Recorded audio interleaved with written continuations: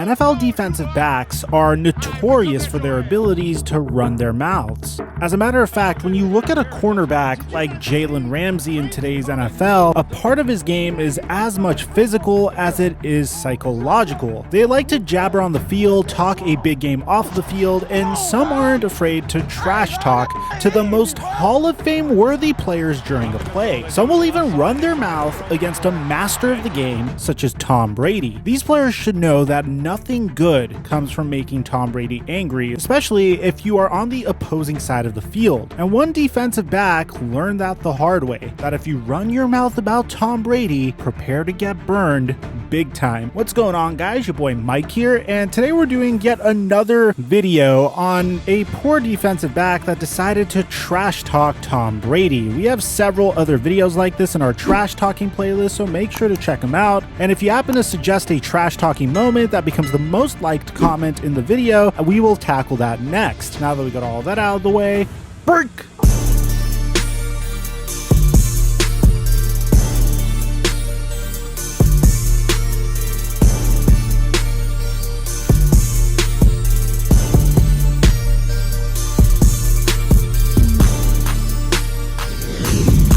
Let's rewind to a decade ago. It's 2010, and Tom Brady is supposed to be in his final years of the New England Patriots. After all, he's playing football at the old age of 34. Surprisingly, he is even better now than he was back then, but just like present day, the fire that can be lit within him typically only comes out on a football field. Brady leads life off of the field as a family man who dabbles in business but typically is very conflict-free. At a 100-yard grass or turf rectangle into the mix though, and you will get a different type of Tom Brady. He is a man who is unfazed by being rushed by the biggest defenders, and he has played battered, bruised, and has always excelled. I would say that it is more than just a competitive spirit that lies within him that only grows when a pass falls incomplete or when the score isn't in his favor. It is a passion that arises from him like the fieriest phoenix from the ashes. He has a determination that he will win and will show anyone who doubts him that he is capable of running the score up, which brings us to this one moment during a Thanksgiving holiday in 2010, as Tom Brady's New England Patriots faced off against the Detroit Lions in a Thanksgiving holiday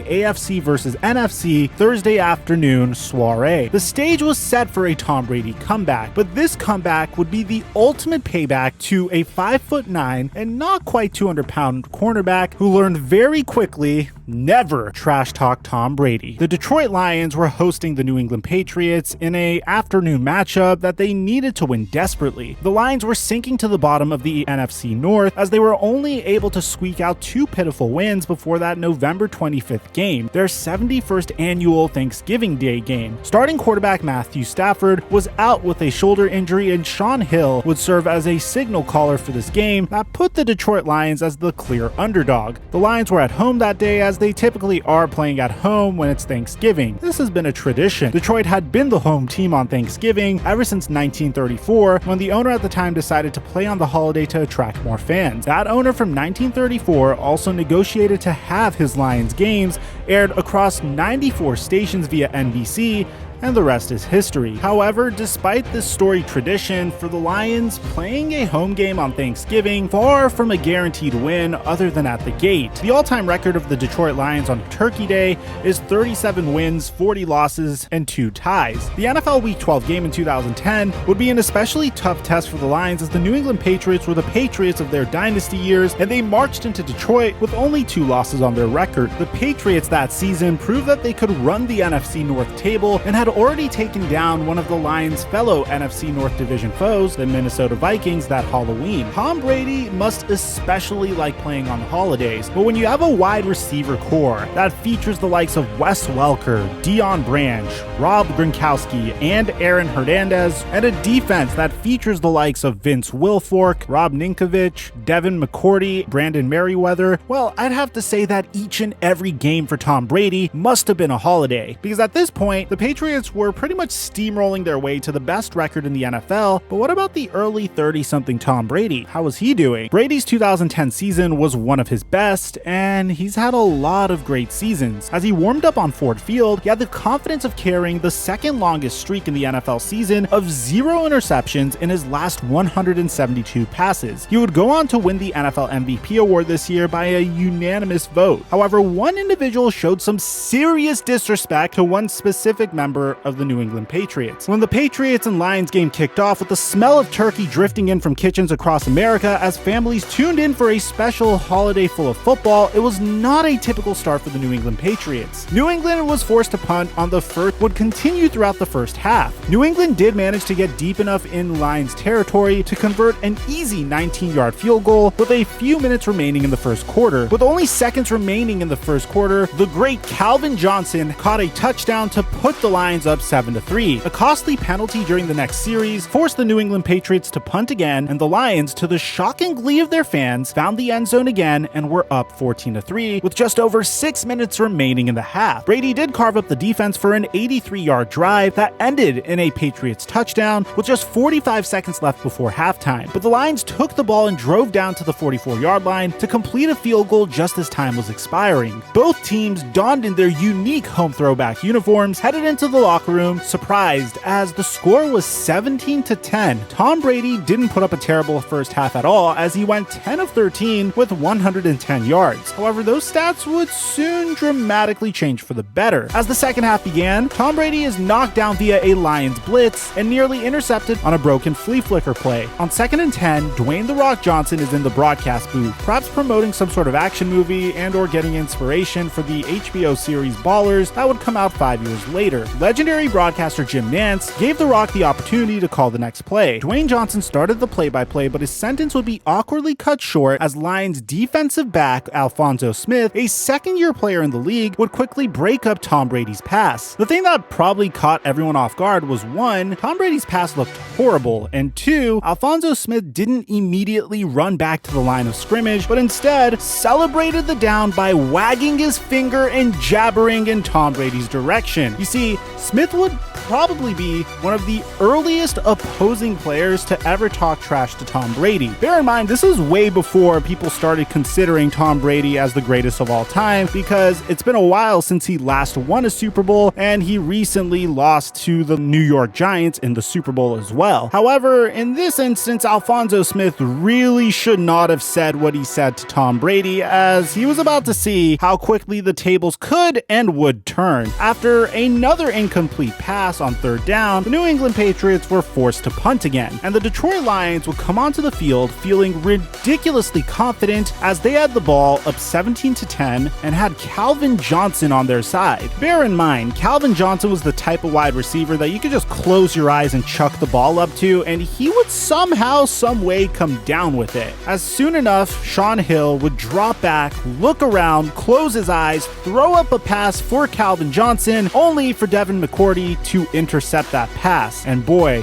when you give Tom Brady another chance, that's when you definitely mess up. Tom Brady would not forget how one member of the meager Lions defense acted like he was superior to him, and the quarterback would find Wes Welker for a 5-yard touchdown in 4 easy plays. Now the score was 17-17, and the Lions offense would come back and show a bit of toughness as they marched 58 yards to the goal line for an option play score on 4th down. The Lions were now up by 7. Tom Brady was unfazed to be down by 1 measly touchdown. At their made Alphonso Smith look just simply ridiculous. Deion Branch had tons of room. Smith's coverage was horrible. Their longest touchdown pass of the year so far at Ford Field in Detroit, the score was tied again. The Lions head coach is seen on the sidelines mouthing, "What the hell just happened?" Even Jim Nantz wasn't sure how Smith didn't make the tackle. When Alphonso Smith walked to his sideline, several Detroit coaches were in his ear, and what they were saying, well, it would be the opposite of praise for the young defensive back. The Lions did manage to get all the way in field goal range, all while Tom Brady sat on the sidelines with his hat on backwards, looking as cool and collected as a fraternity boy on a lake dock just waiting for the keg to show up. The snap for the Lions was too far inside, and the 46-yard field goal hooks right. The kick is no good, and the air is sucked out of Ford Field. Tom Brady once again is back on the field and immediately immediately starts driving his high-powered offense. First, a completion down the middle to the rookie Rob Gronkowski to take New England all the way to the Lions' 30-yard line as time expires in the third quarter. Then things would get worse for the Detroit Lions. Branch broke away from Smith, leaving him in the dust on his next touchdown. A 22-yard bullet from Brady with just over a minute into the fourth quarter. That score sent the finger-wagging trash talker directly to the bench for the rest of the game. After the finger wag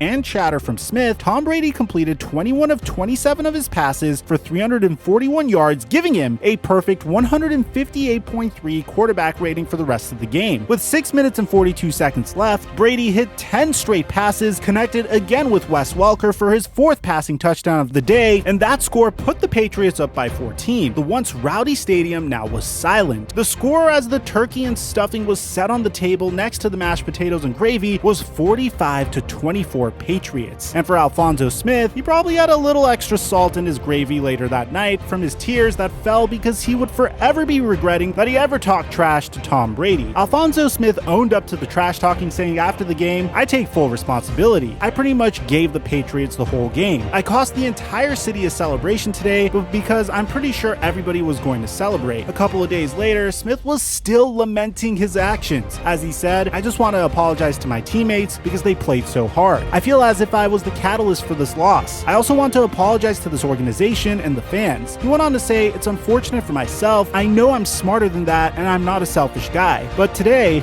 I was selfish." 2010 would end in another losing season for the Detroit Lions and a 14-2 record for the New England Patriots. The Patriots were upset by a Mark Sanchez-led New York Jets in the divisional playoffs, but that Thanksgiving game propelled New England to the best record in the NFL and a dominance of everyone, even the solid NFC North teams. The Patriots defense too, as they went on a rampage for the rest of the regular season. It wasn't just Tom Brady who did not appreciate an opposing team's trash talk. The New England defense held opposing teams to single digits 4 times. As for Alphonso Smith, he played another 2 seasons in Detroit, starting 12 games in 2011 and then only 4 in 2012. Although he was an All-American in college with 21 interceptions, he just couldn't find his groove in the NFL, with his career statistics reading just 8 interceptions and 2 defensive touchdowns. I guess the offenses of the NFL were just way too much for Alphonso Smith to handle.